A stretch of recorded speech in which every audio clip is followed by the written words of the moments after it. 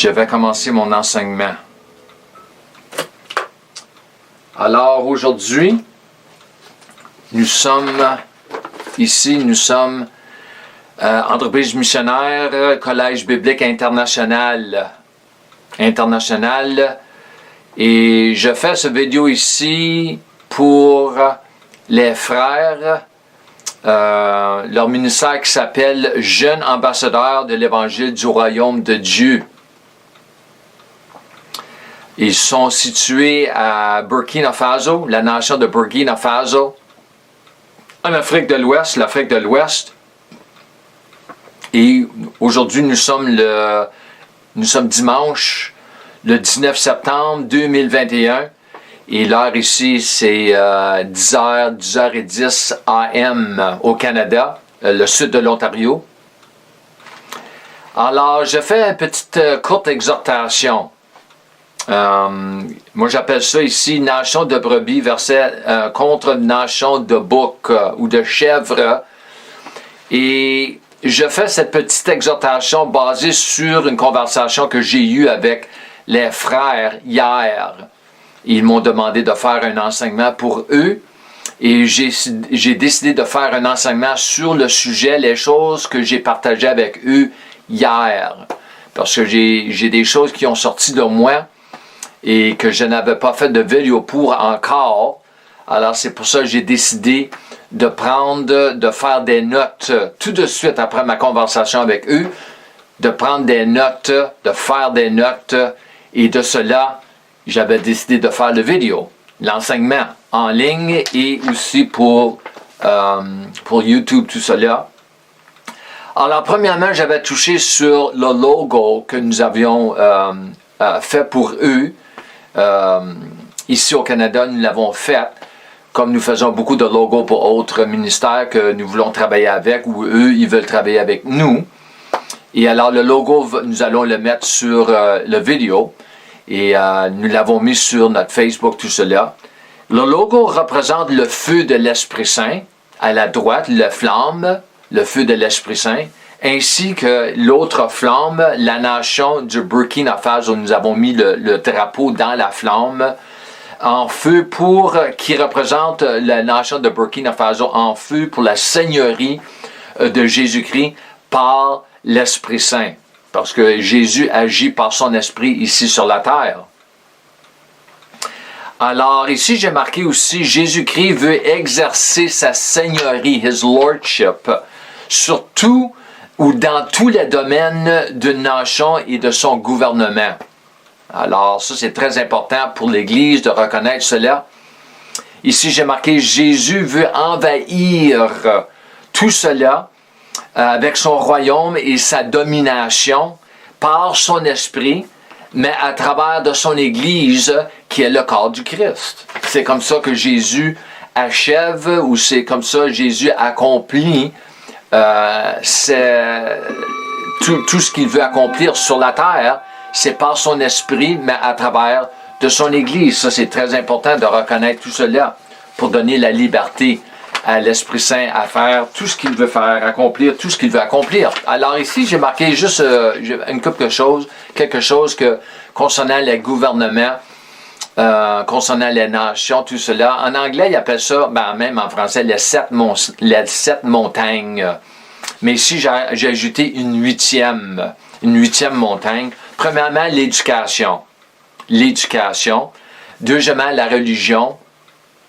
Troisièmement, la famille. 4, les affaires, les grandes entreprises et leurs PDG, CEO, les grosses compagnies qui contrôlent beaucoup de choses dans les nations.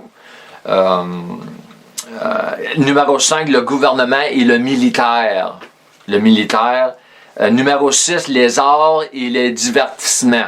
Entertainment. Ça, c'est la musique et tout cela. 7, c'est les médias, pluriel. Et en dernier, ici, j'ai marqué numéro 8, c'est l'industrie médicale et de la santé. Ça, c'est un grand domaine que Jésus-Christ veut envahir parce que Jésus a déjà porté toute maladie, toute infirmité et par ses meurtrissures, nous sommes déjà guéris à la croix, positionnellement. Alors ça, c'est très important. Alors, c'est une bonne nouvelle.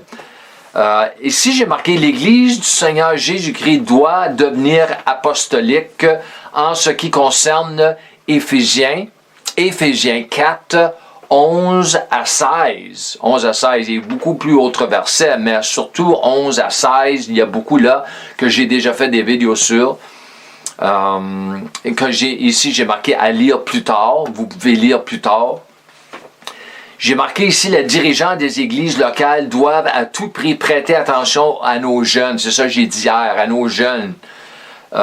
Car nos jeunes et leurs implications dans le royaume de Dieu sont essentielles pour voir le royaume avancer dans les années à venir avant le retour de notre Seigneur Jésus-Christ. C'est très important. Les jeunes, c'est notre avenir.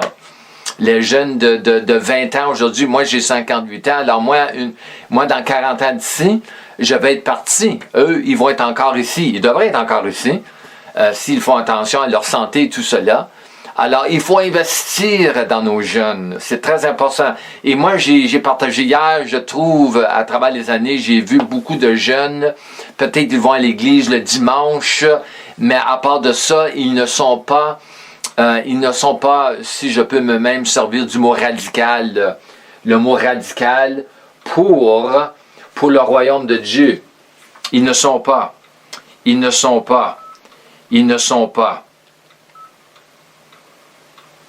Alors, ça, c'est pas bon. Alors, il faut changer tout cela. Tout cela.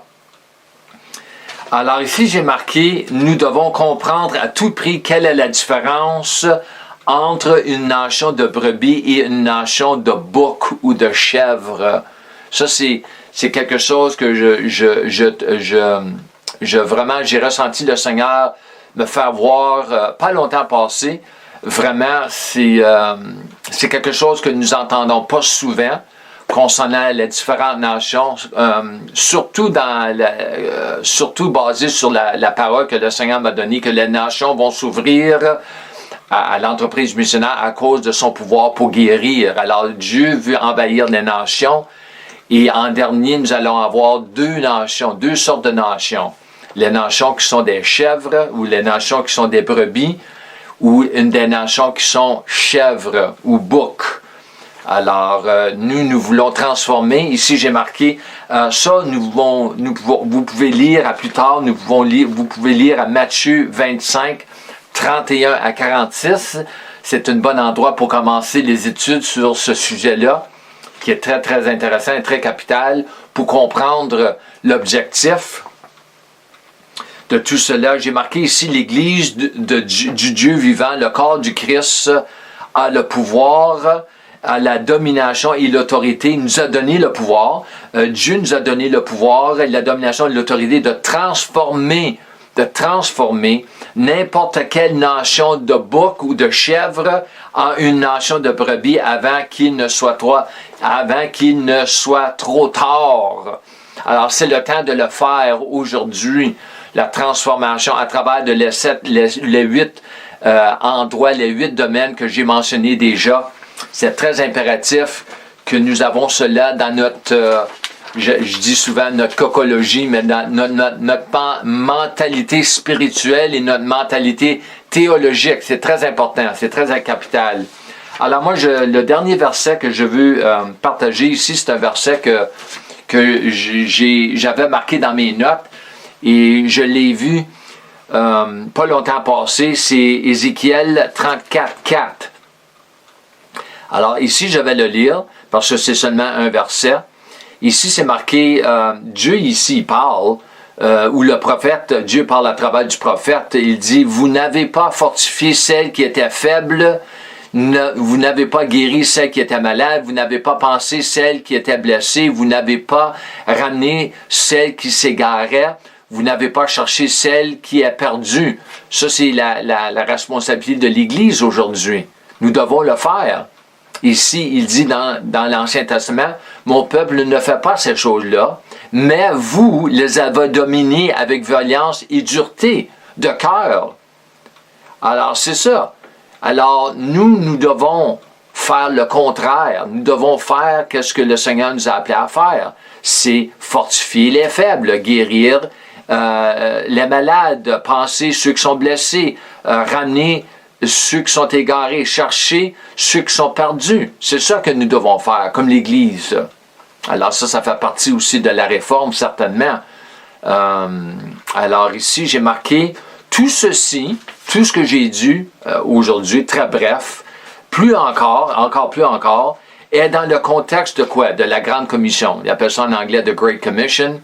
Aussi, nous avons prêché la bonne nouvelle du royaume de Dieu et aussi faire des disciples. C'est tout le même contexte. Alors, je vous remercie pour votre temps. Et comme je finis tous mes enseignements, dernièrement surtout, je vous encourage de marcher, de vivre et même de courir dans la plénitude de la grâce de Dieu. Shalom et Amen.